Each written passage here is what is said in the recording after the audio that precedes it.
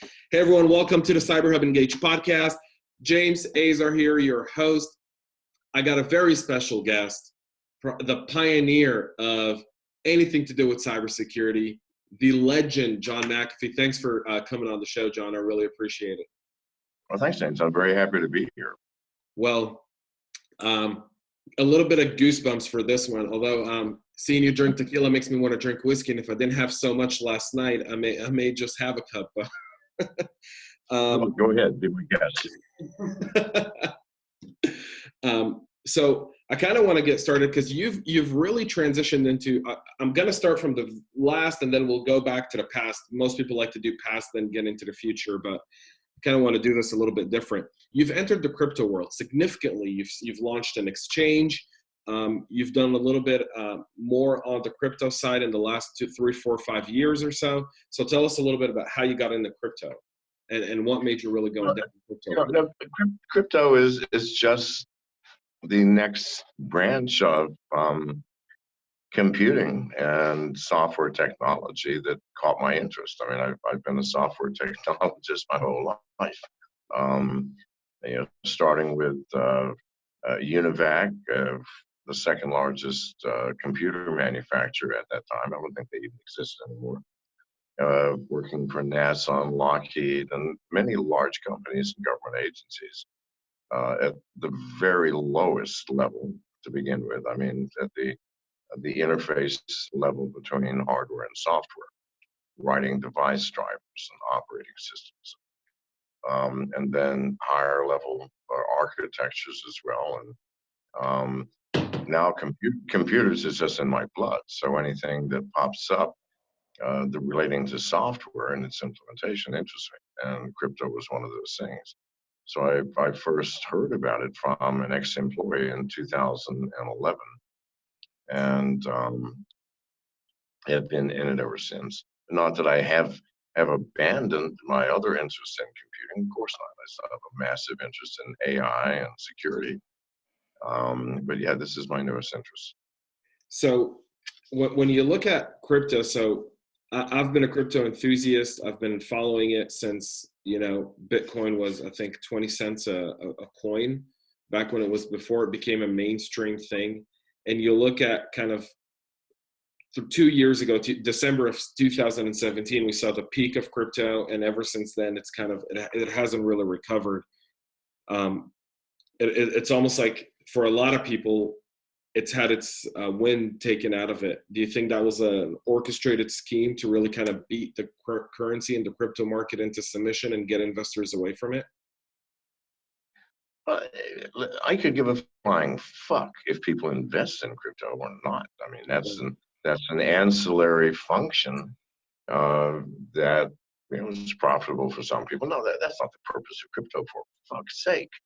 The purpose of crypto is as an electronic means of currency to exchange goods and services, to sell, to buy, to access. That's the purpose. I mean, the money, the market side of it, okay, that's fine. We do have to exchange from one crypto to another in this world in order, you can't buy anything on the dark web with Bitcoin anymore. It has to be Monero, right? So, so there's a wide variety of crypto, and we need a means of exchanging. But that can't be the purpose, for God's sake, people.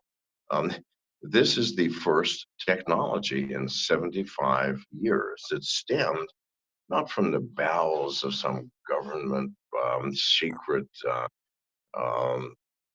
experiment or from Apple or Samsung or Microsoft. No, fuck me, it came from the people. We know who the people are. We don't know who Satoshi is. Well, I do, but who cares who Satoshi is? We know who the fuck was involved. You know, the Dr. Adam Back wrote a paper back in 1985, which was instrumental in starting this whole thing. We know that Craig Wright was involved. He is not Satoshi, and that's what annoys me about him, because Satoshi is just the dude that wrote the paper. He did not. I mean, authoring software can prove this, but who cares? What matters is it came from the people. Ordinary people. I mean, you may not consider Craig Wright and these guys ordinary, but they are. They came from the people. not from the power structure. Do you understand? Right. And Absolutely. this is a world-changing technology. I mean, if you deny that, then move out of your mom's basement, for fuck's sake, because it is world-changing. And the first in 75 years. Now, good God, people, we have been handed the most powerful weapon on earth. Not one that can, disintegrate a building or evaporate a million people, but one that can unlock the door to your cage. Now, if you think you don't live in a cage, then can I walk you through the average life? That life of uh, automated, habitual activity, waking up in the morning and having breakfast and kissing your spouse and family goodbye and hopping in the car, commuting, God knows how long, up to an hour, to a windowless, airless office where you abide for 8 hours and then reverse your route home just in time to eat dinner, kiss everybody goodnight, and go to sleep. 40 fucking years of this, people. Now, if this is not slavery, then please God, tell me what is. And cryptocurrency is the only key we have been given, and we've given it because it came from us. We took it, we created it. The only key that can open that cage and free us. Why? Because what is freedom? However you define it, I promise you, it is based on financial freedom. If you're a slave to the US dollar or the Japanese yen, without the fiat currency, you can't buy a house, pay the rent, buy a car, send your kids to school. You can't get medical fucking care. Can't do anything. You are at the mercy of that currency. And those currencies are controlled not by you or the people, but no, by a central pyramidal power structure, the Fed or a government that can print more and remove the value of all of your hard-earned labor. They can monitor where you spend it, but you got to go through their banks, right? Where you get it, what you're buying. Good God, if that's not slavery, then I don't know what is. But financial freedom can be found through the blockchain and cryptocurrencies, especially those with smart contracts. They are trustless. What does that actually mean? It means for the first fucking time in human history, you were not at the mercy of the vagaries of the human condition, the vagaries of grace and kindness and generosity and love, as well as hate and jealousy and fear and suspicion. No, you're free from all that shit. Let mathematics take care of it for you. And that's what we've done. If you don't see the fundamental world changing power in this, then I'm at a loss because it is so obvious. I'm seeing a lot of organizations now kind of adopt different use cases for blockchain outside of crypto, right? Whether it be in shipping or supply chain and so much more. And it feels like, you know, they've seen the technology. They went, oh, this is great. It's a good open ledger for us to track all these different things. But they're shying away from what you just talked about, which is the financial part of it. People are running Well, away no, from the financial part of blockchain. well, I didn't mean to diss the blockchain by focusing on the financial part. I'm just saying that the blockchain's power as an immutable ledger is, at least in the financial world, world changing and freeing. Now, in the rest of the world, good God, where can it not be applied? It's applied everywhere. You mentioned the supply chain. Good God, one of the greatest industrial problems of the past 200 fucking years. If I'm Walmart and I'm selling a rattan sofa, I have to go through 40 different phases and companies and shipping and people who strip trees of the raw fiber and others who weave them. And good God Almighty, the opportunity for theft and the opportunity for deception and fraud, oh, good God, it's endless. Well, the blockchain put an end to that.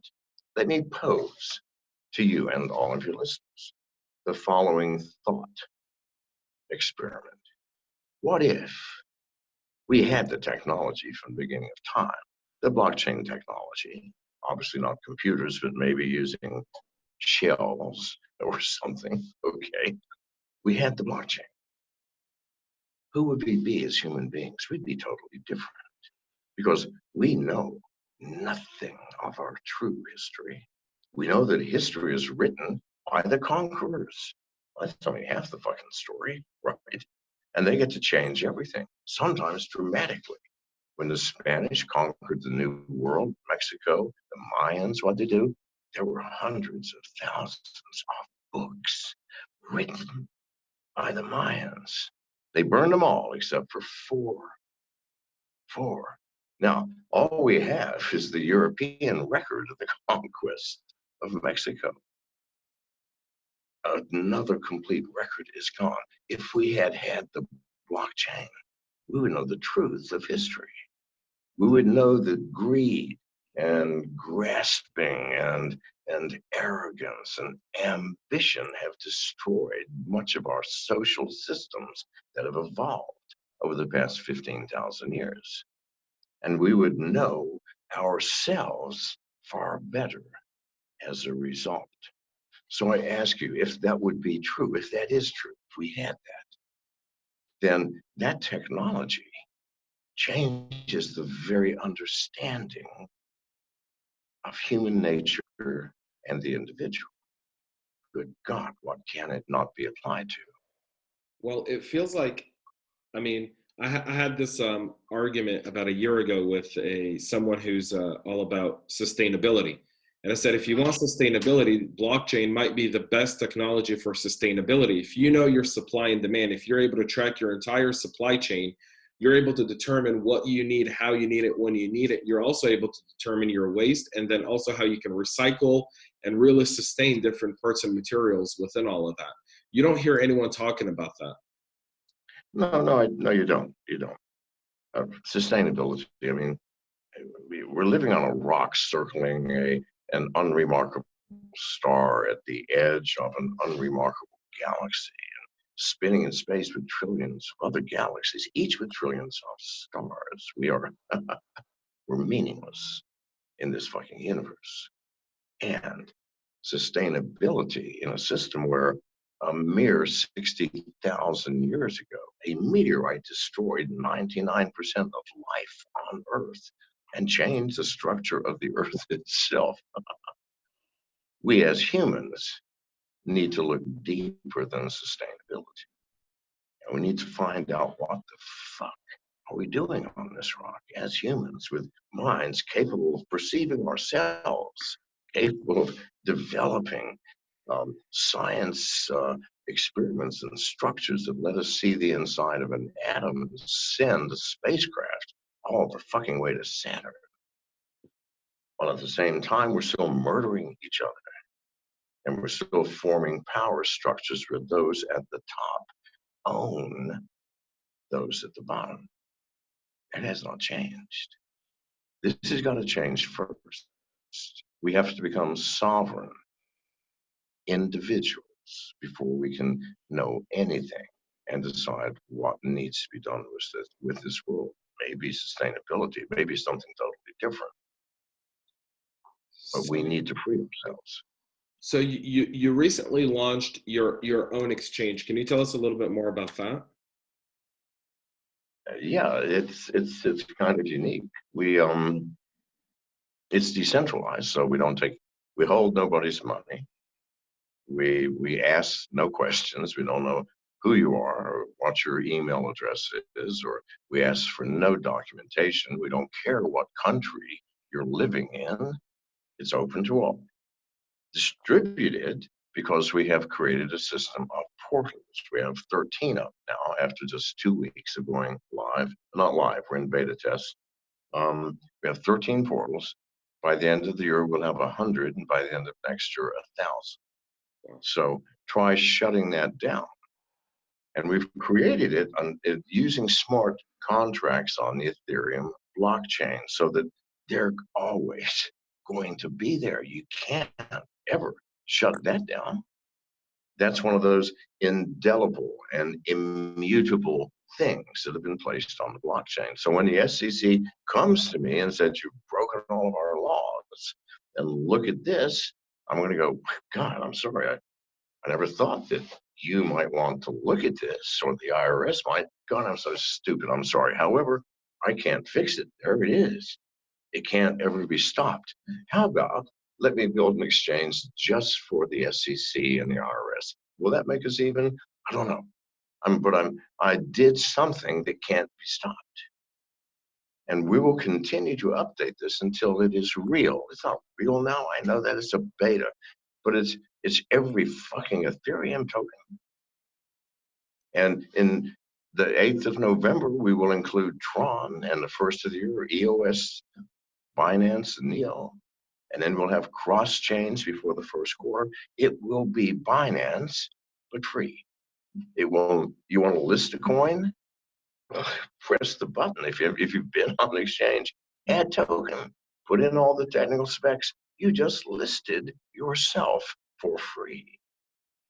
This is for the people, all right? If we don't have distributed exchanges like this, then good God Almighty, we will sink, because the centralized exchanges, since governments know where they are, where they're located, and what they're doing, like China did 2 years ago, shut down every fucking exchange. Easy. They knew where you were. We're trying to find my fucking exchange. It's already in 13 different countries, and at the end of the year, at 100, and soon 1,000. It's open fucking source. If you want to copy it and make your own, do so. Be my guest with my blessing. So how do you shut that down, my friend? Provided we as developers keep it up and make it real, not just Ethereum based tokens, because that's meaningless. We've got to add things, Tron and EOS. We have to have cross chains. Got to increase our speed, which, by the way, we are doing. All right, yesterday we had a speed increase of 75%. Cut 3/4 off of the time, and we're changing that. This is a beta release, but I promise you, this will be the new Binance, and it will be the Binance for the people. So you brought up a very interesting point, which is when the Chinese wanted to shut down something, or when the government wanted to shut down something, um, they can just go and do it. And this is more decentralized. This is more away from it. You were one of the many victims of the 2007-2008 market crash, and it feels like this kind of crypto move, this decentralized move, is to allow people to really kind of control their own financial destiny, but also not being subject to, I guess you call it, the Wall Street guys that just get your money. First of all, don't believe everything you read. I was never a victim of any crash. I organized a New York Times story where I alleged to have lost 90% of my assets. I'd been sued civilly 200 fucking times.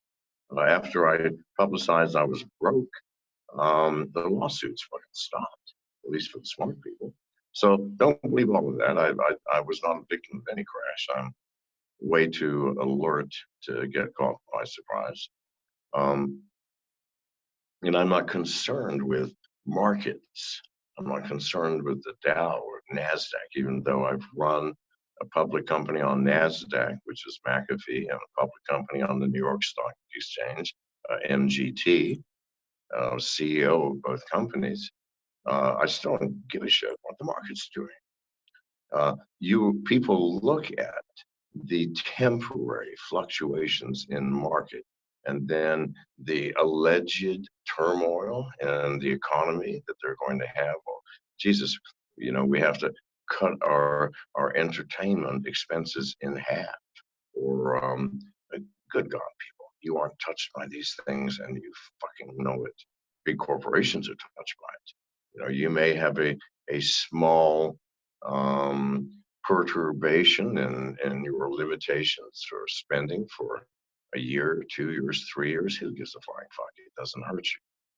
What hurts you is continuing to buy into a system that says the stock market is an indicator. of health. Absolutely not. I think smiles on streets are an indication of health. So let's kind of go to your subject matter expertise, which is cybersecurity. You are one of the pioneers of it. And I'm going to stick to blockchain, but I want to talk about the security of blockchain. So we talk about the trust all, trust no one model, the zero trust model. That's very kind of likely, but we see these hacks of different wallets and exchanges. How can blockchain really recover from those? A hack of a wallet is not a hack of a blockchain. A hack of a wallet is like someone sneaking into your house at night and looking under your mattress and taking whatever you stored there. I mean, if you're stupid enough to take substantial amounts of assets and put them on a smartphone, and then visit sites like PornHub, which every fucking screen is loading your device with spyware and malware, well, then I can't help you. That has nothing to do with the blockchain. You know, a bank vault, which is impenetrable, can't be blamed when the clerk goes, oh yeah, the code is 732116.5. I'm sorry, that is not the vault's fault. So it's the same thing with the blockchain. Yes, wallets get hacked, exchanges get hacked. Can't hack a decentralized exchange. It's not fucking possible. So I don't know. The blockchain has never been shown to be insecure or susceptible to hacking or anything else, other than if you're using Bitcoin or Ethereum. I mean, and we do business forever after. I can see how much money is in your wallet and where it comes from and where you're sending it, which to me is a problem, but not a major one. But that's it. That's not hacking. That's just the structure of the blockchain, just the specific blockchain. That's just irresponsible key management, right? That's just people who are literally storing stuff in places where it becomes really easy for someone to come in and grab it. Yes, of course. Yeah, you're just not, you're being stupid. But that's not the blockchain's fault. As I said, you don't blame the bank vault when the clerk gives out the code. Well, it's interesting because one of the stories I always like to see is when I watch or read anything in the media, and I don't just I have a very high level of distrust to what I read on the media and stuff that I believe and don't believe, but they come in waves, right? An exchange had $30 million or $30 million worth of coins stolen out of the exchange, and they go, well, see, that shows you the technology is unreliable, and you're like, maybe that shows you those people are incompetent. I'm sorry, but I mean that happens in cybersecurity all the time. Right. Okay. So an employee of a company, for example, I think one of the greatest was Ashley Madison, that dating site that a few years back was totally hacked and destroyed. Well, yeah, they had cybersecurity systems installed. However, it was a fucking employee who hacked it. Well, if you give an employee the keys to the kingdom, you don't blame the doors that you gave her the keys to. Fuck me. No. This is always the problem. Oh my God, we have no security. Although, really, we don't have much. But still, it's not as bad as that. And sir, I'm sorry, we're running into the next my next interview. Let's have one more question. All right, let's do that. So there's, I will say this. So in DEF CON in 2014, you predicted that apps would be the ultimate tool for bad actors. What's the next thing that's going to really? What would be the bad tool, the ultimate tool? Well, you said in 2014 when you were at DEF CON, you said apps was like the worst thing on the planet. What's the next worst thing? If it's not apps, what's next? Okay. I think it's the websites themselves. I mean, for example, if you're on Android and if you do a drive-by of, let's say, PornHub, and you have my do not download unauthorized apps, the flag set, a drive-by can reset that to, yeah, download them. Then is the first thing you download, which is the screen with the sexual images, you're infected with something. Do you understand? That's our fucking risk. We're stupid. How much money do you pay PornHub for all of the pleasure that you get from it? Nothing. So where do you think they're getting their fucking income?